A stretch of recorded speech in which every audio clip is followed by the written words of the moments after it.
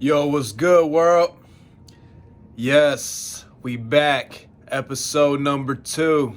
Oh yeah, UFC Fight Island 8. Chiesa against Neil Magny.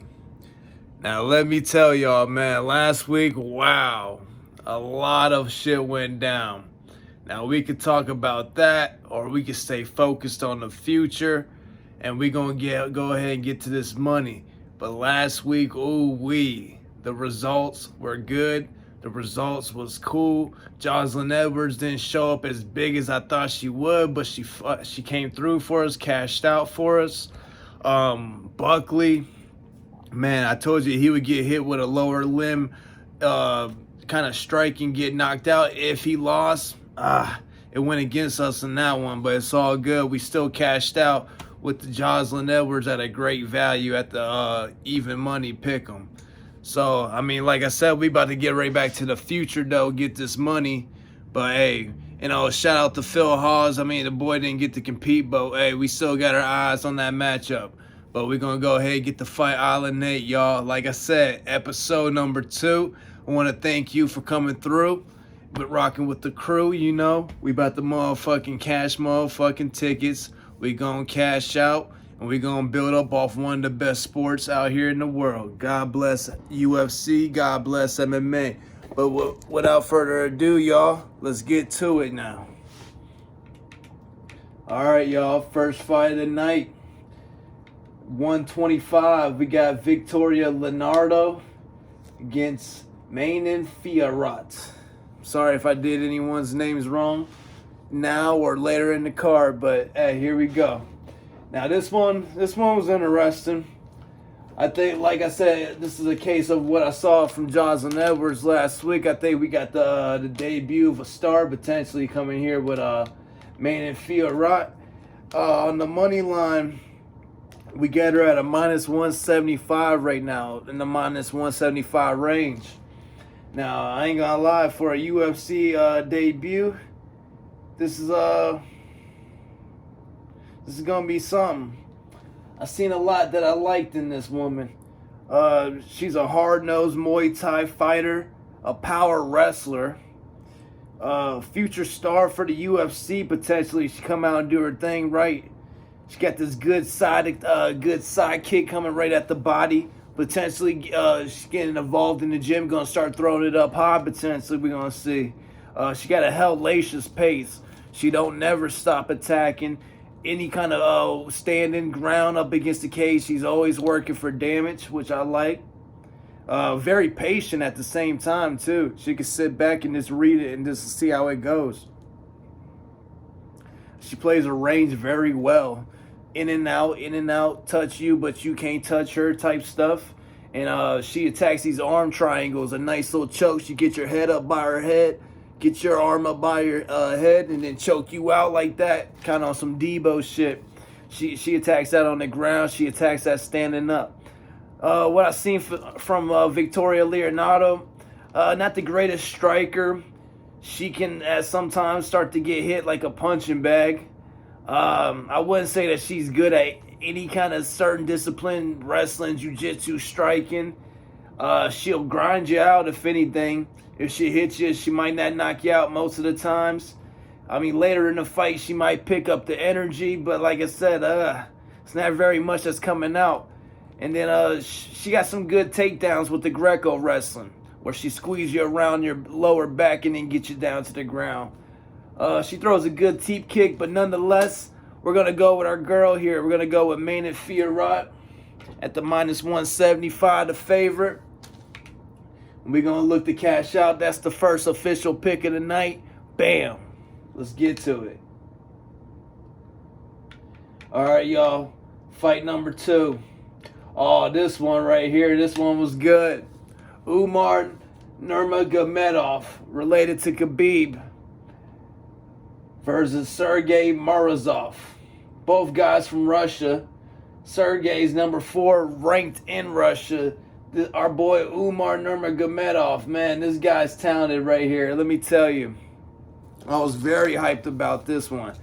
Just like the last fight we just got them talking about. future star right here with Umar Nurmagomedov. This guy, man, this guy might be one of the most talented people I've watched, period, at any weight class. This guy has almost got it all, seriously. He's just like Khabib. He likes to wrestle you, get you down to the ground, ground and pound sub, you know, just keep attacking the submission, arms, chokes, just beat you up until you decide to give up one of the two. But on top of it, this guy is a ninja with his kicks. This guy, almost any kick in the arsenal, this guy has thrown it. He almost reminds me of a Yair Rodriguez, the guy in 155 at ranked number 4. But this guy, Umar, he's at 135. But this guy is super talented right here. This guy got the full package. The guy that he's fighting, Sergey Morozov, I mean, this guy's a flat-footed brawler. He comes in with a little check lead hook. He's going to just try to throw the check hook a lot of times, look for something that he wants to catch you and then get you stunned and then try to run in off of that. He's looking for the overhand behind that, if anything. This guy, not too talented, but nonetheless very talented, being ranked number 4 in Russia, which is badass. You know what I mean? Ranked number 4 in Russia, not anyone can say that at anything. But yeah, our boy Umar Nurmagomedov, the only problem here that we got is that the money line's at a -600, but this guy is almost so guaranteed to win right here. Man, he would be a nice parlay piece. You want to parlay with any of your favorite sport picks out here this week or in the weekend, man, feel safe putting your Umar Nurmagomedov on the parlay piece. It'll help add to that parlay. But yeah, even nonetheless, I mean, you put the money straight up on him, he's still a good return off your investment. Most investors look to make 10% return off investment. Man, you'll make that around that range.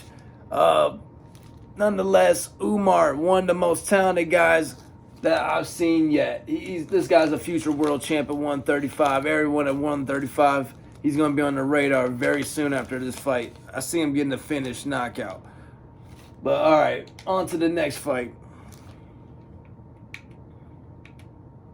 Okay, Mike Davis against Mason Jones at 155. This one was a good one too. All these fights are good fights, honestly. All right, here we go. Mike Davis, got him coming in at a -200 on the money line. Mason Davis, got him at a +160 on the money line. Did I say Mason Davis? My bad. Mason Jones. Mason Jones, this guy's a UFC debut right here. Undefeated at 9-0. The only thing, this guy ain't necessarily the most sharpest striker in the tool shed. He can be hit at times, but most of the time he wants to strike and to get a good position against the ground and against the cage. He wants to get in good positions, work, slowly beat his opponent away down. He's a hammer, just slowly hitting the nail until his opponent's finally nailed down. He definitely goes for flurries and elbows on the ground. This guy's undefeated at 9-0. I mean, this guy knows how to win so far in his young career. But he's going against this guy, Mike Davis. This guy looks to be in shape, but this Mike Davis dude got this slip and rip style where he slips everything that you throw boxing. He's slipping everything, and then as soon as he slips, he's coming with a rip, like a hook, a uppercut, something damaging off of every single slip. And he just stays slipping at all times. This dude got some good Muay Thai knees, dynamic kind of Muay Thai knees where he gets the Muay Thai clinch and he does like a flying knee, which we'll see on the tape. It wasn't doing more damage than any other kind of Muay Thai clinch knee, but I mean, nonetheless, it's pretty entertaining for the fans. It's like a nice Muay Thai clinch flying knee. I like it. He throws it often and early. He lands a lot, but he ain't finishing cats either. I don't think he really has that real dog Mike Tyson knockout power. But like I said, he slips and rips a lot, and I mean, you never know. He might evolve and come with that knockout power in this upcoming match. The one negative that I did see was that he could tire out later in the third round.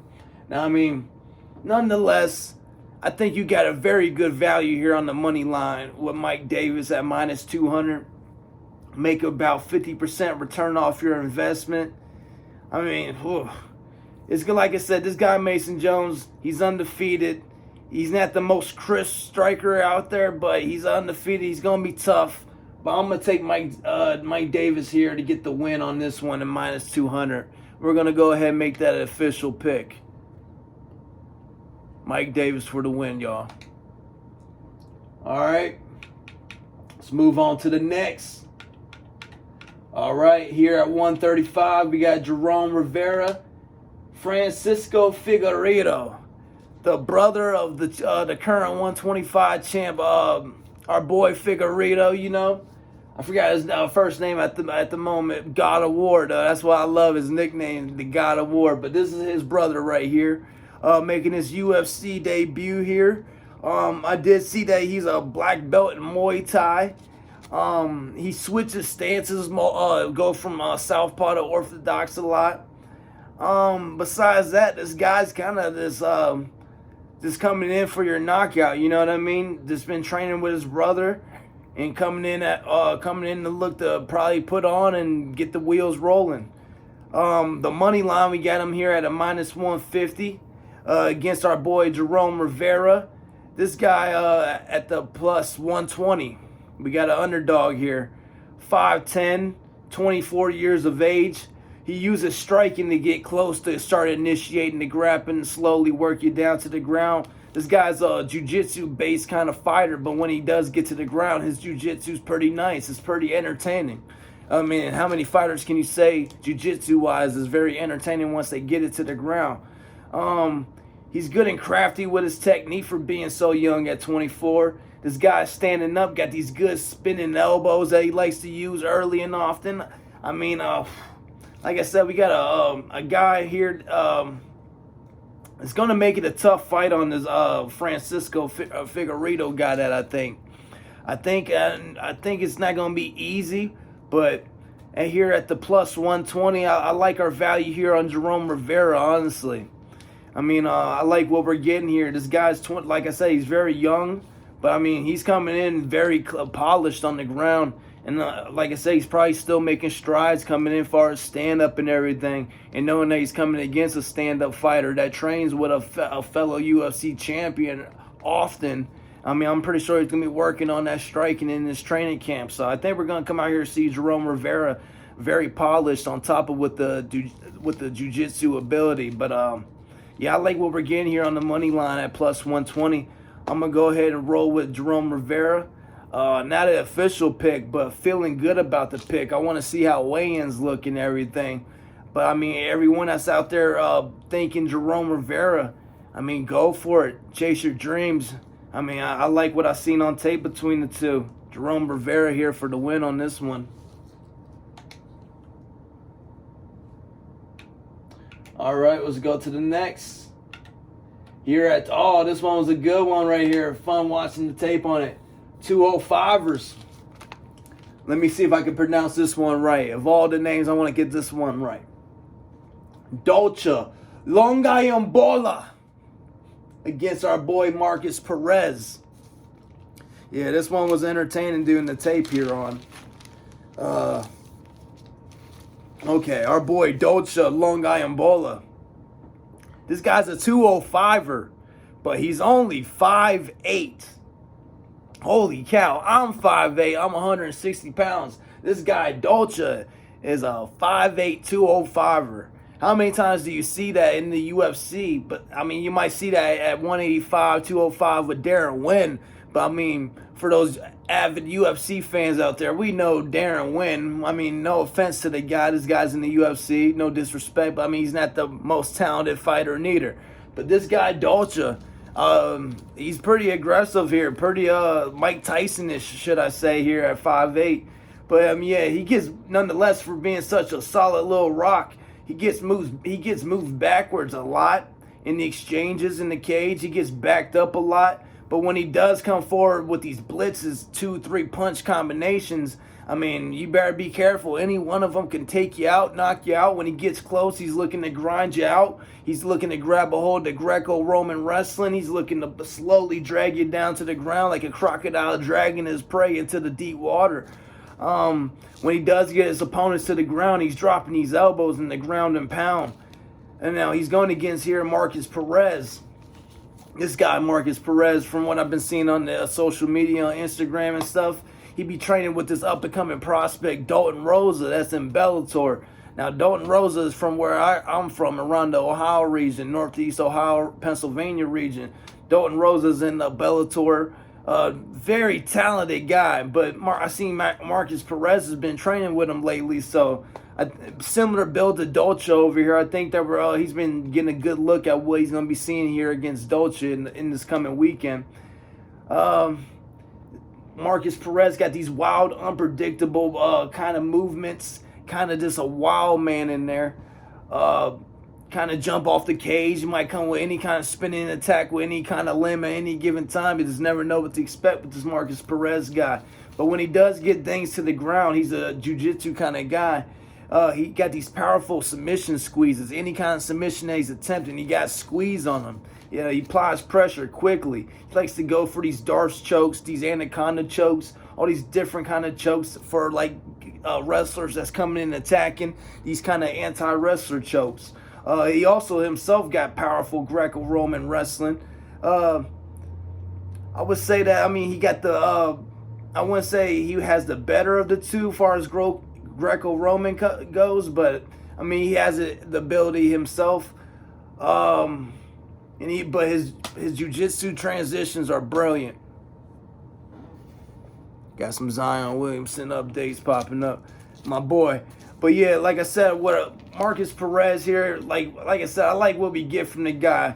Wild, unpredictable movements. I think he's going to kind of tire out Dolce. I think Dolce's going to get into the second and third rounds after trying to blitz or trying to work out of submissions and stuff. I think Marcus Perez works to go ahead and get the win here. On the money line, we got him at a plus 120. I mean, how can you not love plus money on any fighter when you see the better of the two? What you think, who's the better of the two, and you get plus money? Oh, man, you got to be convicted with that. But, yeah, I'm going to go ahead and take Marcus Perez on here. I think he's going to, like I said, the unpredictability. I think he's going to tire Dolce out. Dolce, don't get me wrong, I wouldn't be surprised if Dolce knocks Marcus Perez's head out into the motherfucking next dimension. Wouldn't be surprised, but I think Marcus Perez drags him in the deep waters. Some unpredictable on top of that. I think he possibly lands a sub, finishes Dolce here. All right, let's move to the next one. Oh, this another one, another good one. All right, we got our boy Su Muda Irizu. So I don't know the Chinese pronunciations, but yeah, we got our boy Su against our boy Adeshev. Now, we got Adeshev here on the plus 300 on the money line against our boy Su at minus 400. Last time we saw Su, man, he knocked Malcolm Gordon the fuck out. Knocked him straight out. This guy's a monk. He literally lives and trains like a monk, hangs with the monks, is a monk. We love monks. This guy Su isn't undefeated. I mean, he isn't superhuman or nothing, but this guy is very strong for his build. Skinny, wiry, taller kind of fighter for his weight class at 125 here.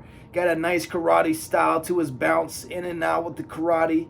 He got these powerful straights, literally lands bombs. They're like torpedoes. Fights from a southpaw, throws his left straight. It literally looks like Conor McGregor when he throws it, just straight powerful when he throws it, as we seen in his last fight against Malcolm Gordon. Knocked Malcolm Gordon the fuck out. Crazy. This guy got a good gas tank on top of it all. He got some good ground and pound ability. I mean, we look across the cage here at Adeshev. Guy's a kickboxer, only 5 pro MMA fights though, but a very experienced kickboxer. He can be knocked out himself, though. Doesn't have a great physique himself. He has these flying knee abilities. I mean, he has the ability, but it's not, I wouldn't see him landing it too much on Su here. He's a slugger, a brawler. He's so small, he waits for his opponent to literally like almost get within his face so he can touch you, because he just seems so small in the cage compared to most of his opponents. Like I said, I like what we get from here. Our boy Sue. I think Sue wins this. I think he wins with a finish at minus 400. I mean, there's value there to me. I think there's a lot of value. I think this could be easily marked as like a minus 800, minus 900. So at minus 400, I'm not mad at all to go ahead and drop that. Make 25% return off your investment. We're going to go ahead and take Sue here all day. Sue all day. That's the official pick here. All right, y'all. Let's get to the next one.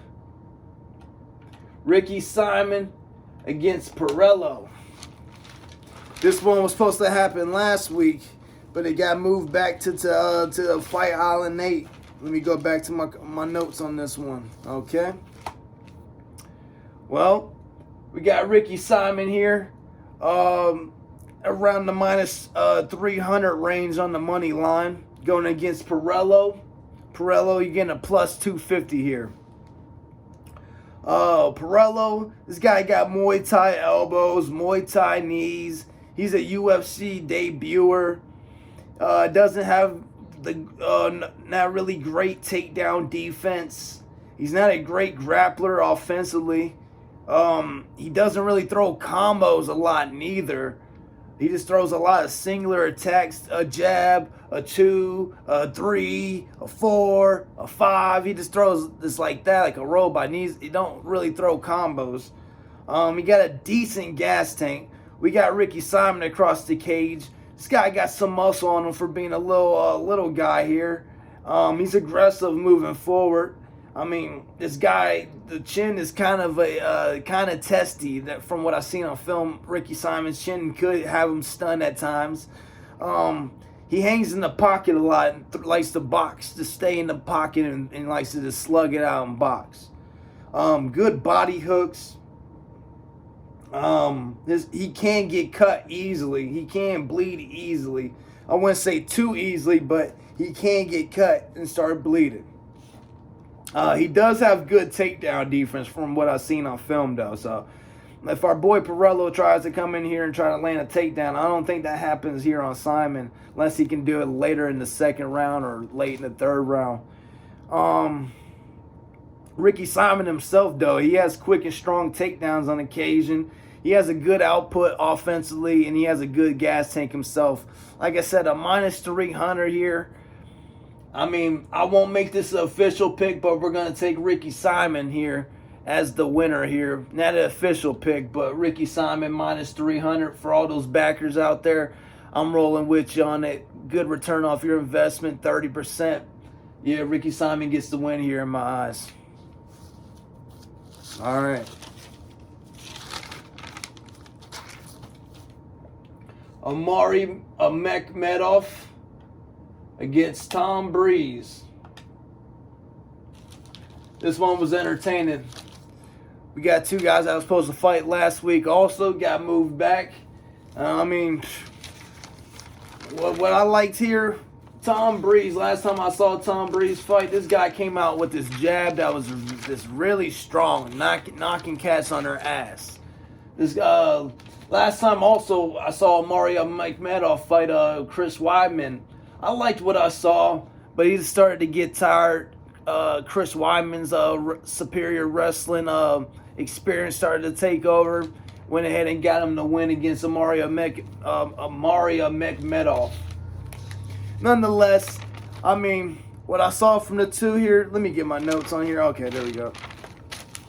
Yeah, Amari Mekmedov, he's going to come in here, try to grind those, wrestle you out, you know what I mean, slowly wear you down.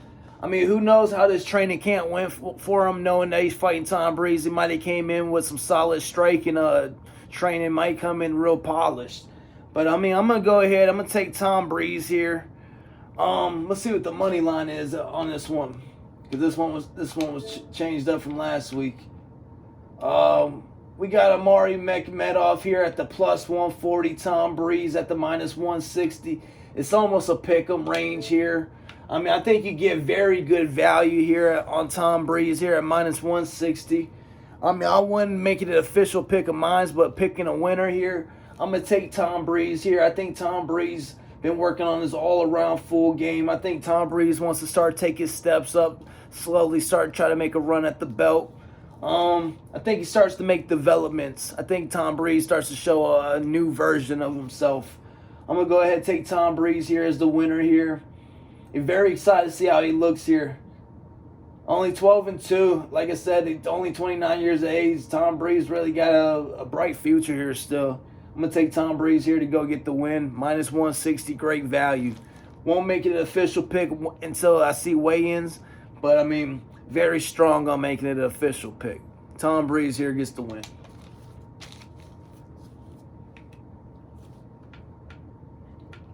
All right. On to the main card. First fight of the main card. This one was fun doing the film on, too.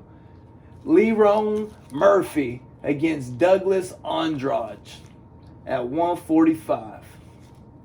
Now, Lerone Murphy, this guy here, he's undefeated.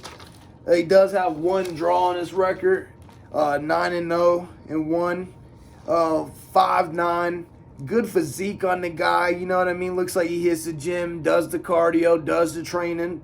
Looks like he's a real professional.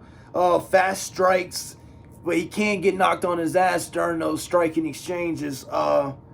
When he does get on his back and his opponent gets on top of him, he's not really attacking many jiu-jitsu submissions. He's just working to get back to his feet. He's not really offensive off his back. He can get taken down by wrestlers. But he does, when he does get back to his feet, he kind of comes up kind of pissed off, does start to charge forward a little bit. I mean, we'll see how that goes. He has potential, but just needs more takedown defense. Needs to work that, get in the wrestling room, start to grind out. Guys from London, or England, London, England, All right, across the cage, we got Doug Andrade, 35 years of age. This guy beat Chico Vera back in 2008, which I thought was impressive. Been to UFC since 2014.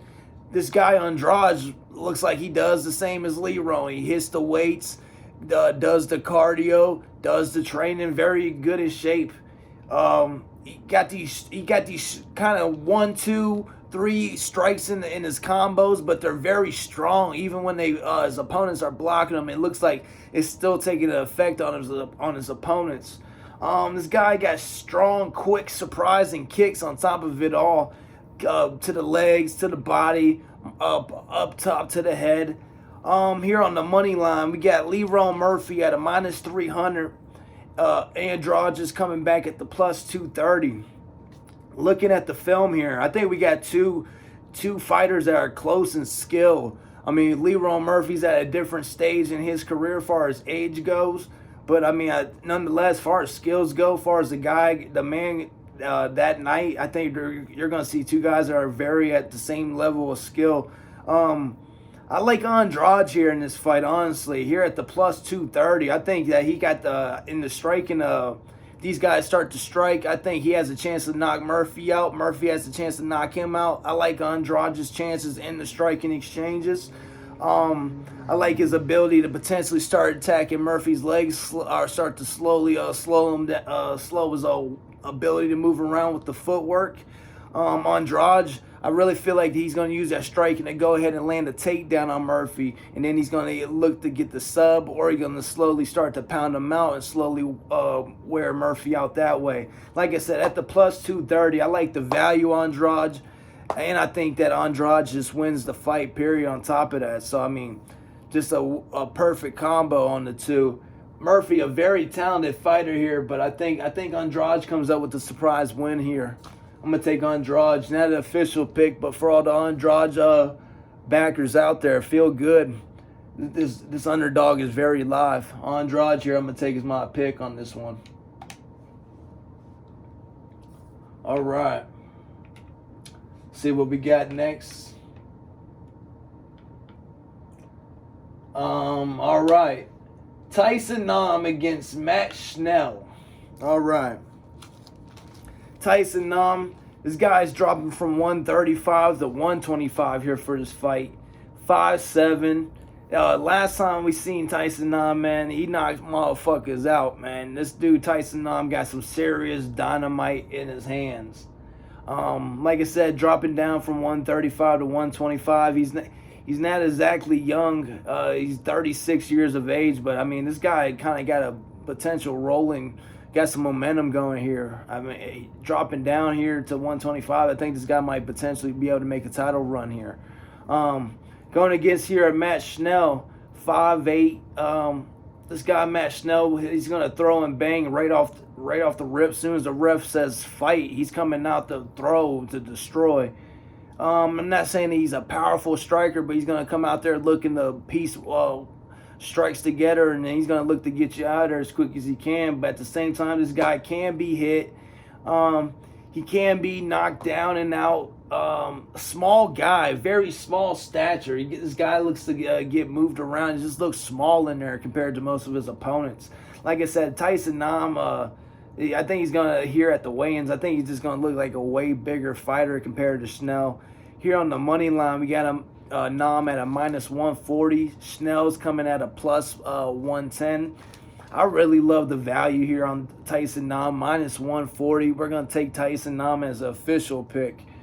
Yeah, Nam gets the win here. I think it's round 1 or 2. He gets him out of there with a finish. Potentially might get a sub, but I think he pounds him out either standing or on the ground. Just pounds him out.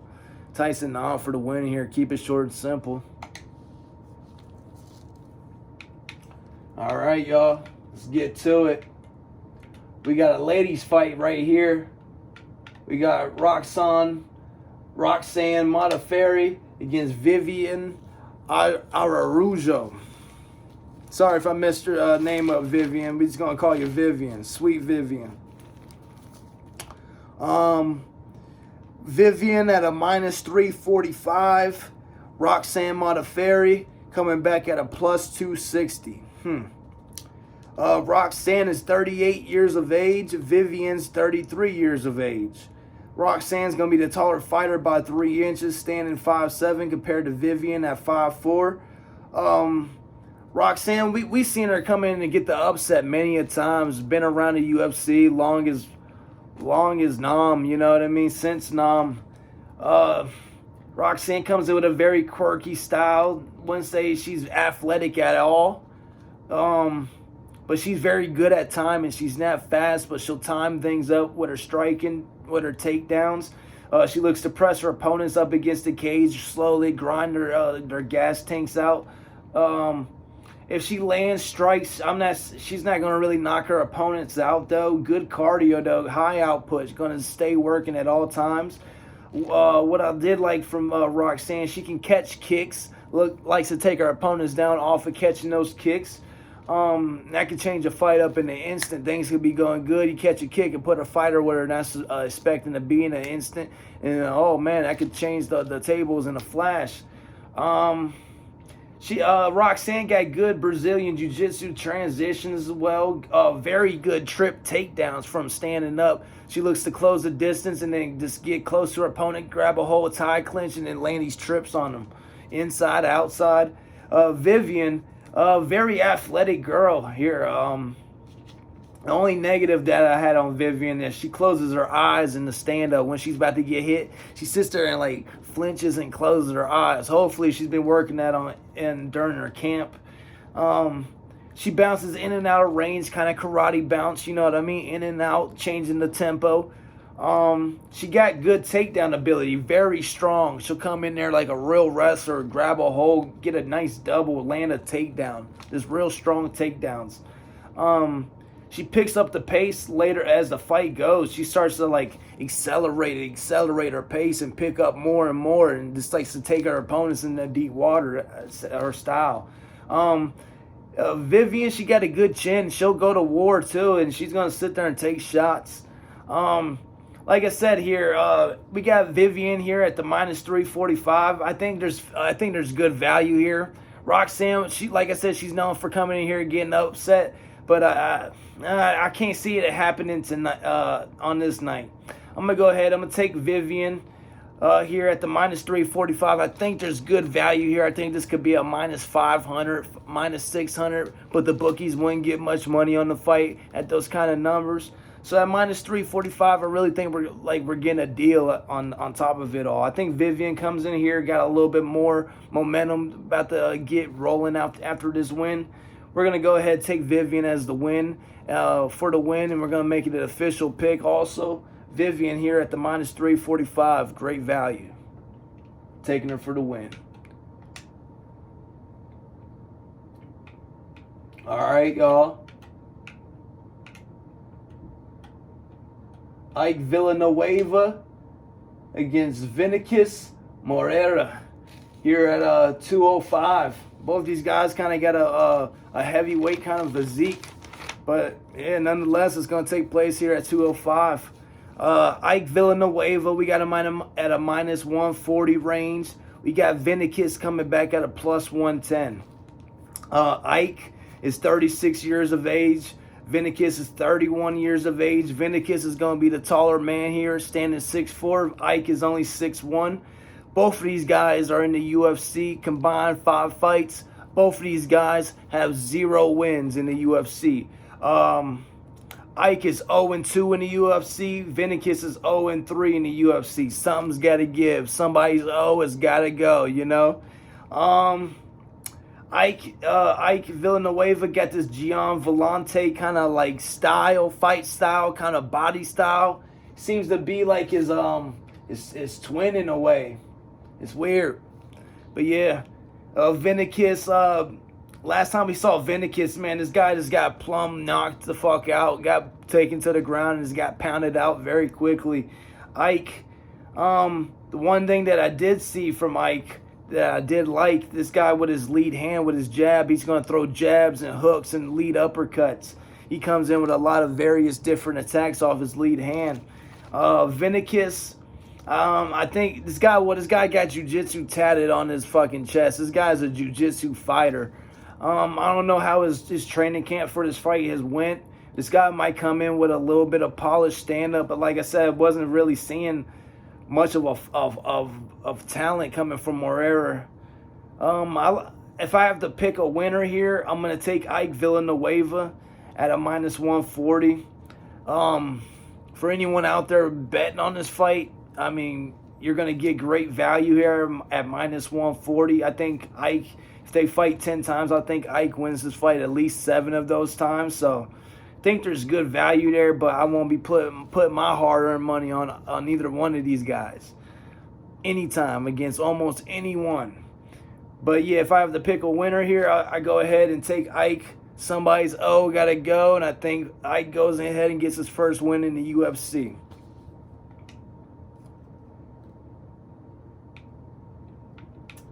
All right.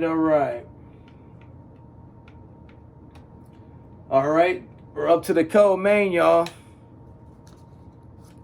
Hey, once again, I just want to thank y'all for coming through and rocking with me. You know, I appreciate all y'all, man. I appreciate every single second that you putting in with me. I appreciate this. We about to cash these motherfucking checks. We about to motherfucking cash these tickets out, man. We about to get paid, you know what I mean? Shout out to every single one of y'all. Appreciate y'all. Shout out to the crew, you know?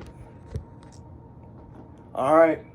We got Warley Alves against Monier Lazez here at at 170. Alves is going to be 30 years of age. Lazez is going to be 32 years of age. Alves is going to be 5'11". Lazez is going to be 6'1". Alves is going to be plus 175 on the money line. Lazez is going to be minus 230. Alves has been in the UFC since 2014. This guy's fought a lot of high-profile names, a lot of guys. I was impressed when I went back and looked at his career. This guy's fought a lot of big names. Almost anyone in the division, he's pretty much fought him. This guy got a good physique. Like I said, been in the UFC since 2014, and he's only 30. Most people don't even get to the UFC until they 30, and this guy's been in there for a while. This guy's in shape, look like he hits the weights, does the cardio, does the training. He catches kicks. He's aggressive. When he gets his opponents on the ground, he's aggressive at keeping them there. He likes to work. He'll scratch and claw just to keep that top position. He attacks submissions. But the one negative that I saw in Alves, it looks like the harder that he works, his energy is going to start to deplete as the fight goes on. So if he doesn't get you out there quickly into the second round, into the third round, man, you can see Alves start to gas out. And the one negative that I saw in Alves, this guy doesn't have great submission defense. Also, he can't get attacked with the submissions. Can't get put out with this any kind of way. You know what I mean? This guy, there's multiple avenues to beat Alves.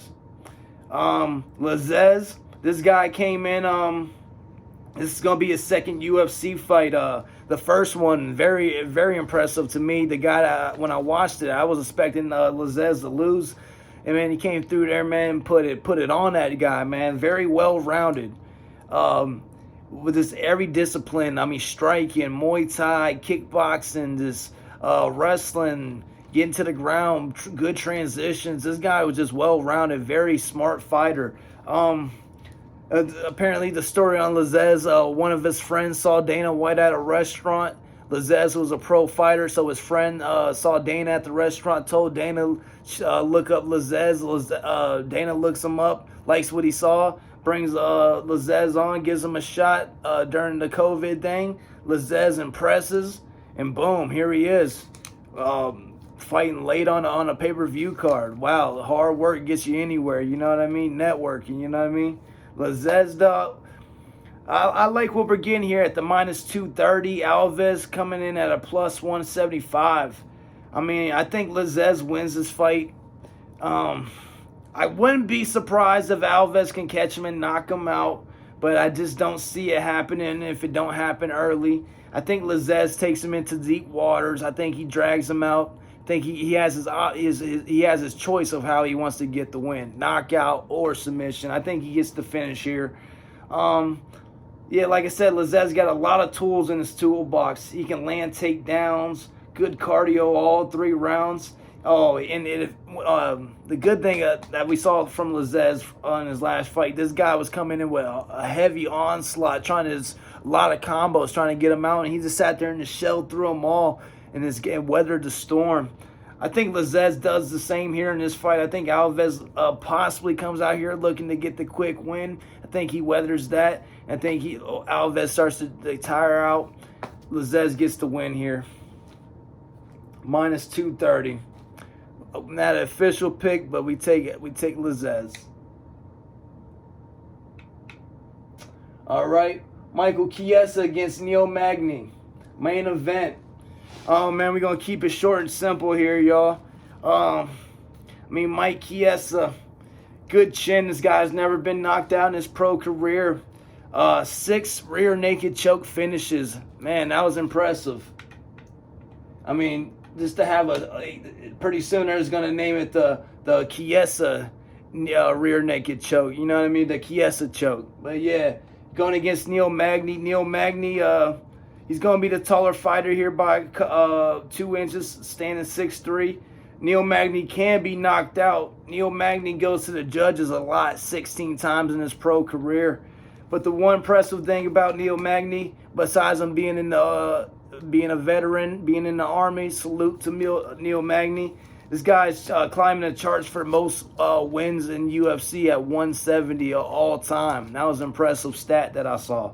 But like I said, it's going to be a tough fight here, hence the reason for it being the main event. I think Neil Magny does a specialty. I think he takes it to the judges. I think he poops Chiesa out slightly. I think he gets the wins by points. Split decision. I'm going to take Neil Magny to get the win. I mean, we're going to run through the props here. Prop bets for all you proppers out there. I mean, like I said, ain't nothing wrong with going and chasing the extra big checks. You know what I mean? Me personally, I like Umar inside the distance. I feel like he can get the submission or the knockout in this fight. Fiorot inside the distance. Perez, I think he gets a submission win here. Sue, I think he gets a knockout win here. Davis, I think he gets a decision win here. I think it's a good fight. Nam, I think he gets the knockout win. Rivera, I think he gets a decision win here or a submission win, whichever of the two that you like best. Andrade, I think he gets a decision win here or a knockout. Vivian, I think she gets a decision win here or a submission. Ike Villanueva, I think he gets a decision. I can't see neither one of them winning, period, but someone has to win. Judges might call it a draw. Lazez, I see him inside the distance, either kind of ways, knockout or submission. And then we're going to take Magny. We're going to take Magny to win by decision. And Tom Breeze, we're going to take him by knockout. And Ricky Simon also by knockout. But yeah, like I said, y'all, I appreciate y'all. Sorry for keeping y'all for so long. Went 45 minutes, but hey, y'all, episode number 2, y'all. Can't wait to see weigh-ins. I'ma holla at y'all. Best of luck. Love all y'all. One love. Peace.